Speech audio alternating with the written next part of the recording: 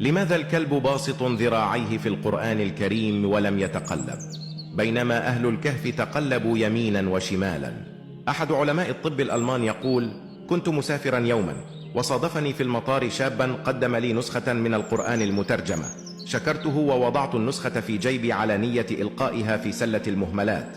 بعد أن يتوارى الشاب عني حتى لا أحرجه، نسى الطبيب النسخة في جيبه وصعد على الطائرة، وبسبب طول الرحلة والملل الذي يتخللها قال: أخرجت النسخة من جيبي عندما أحسست بوجودها، فتحتها فوقعت عيني على سورة الكهف، فبدأت أقرأ، ثم استوقفتني آية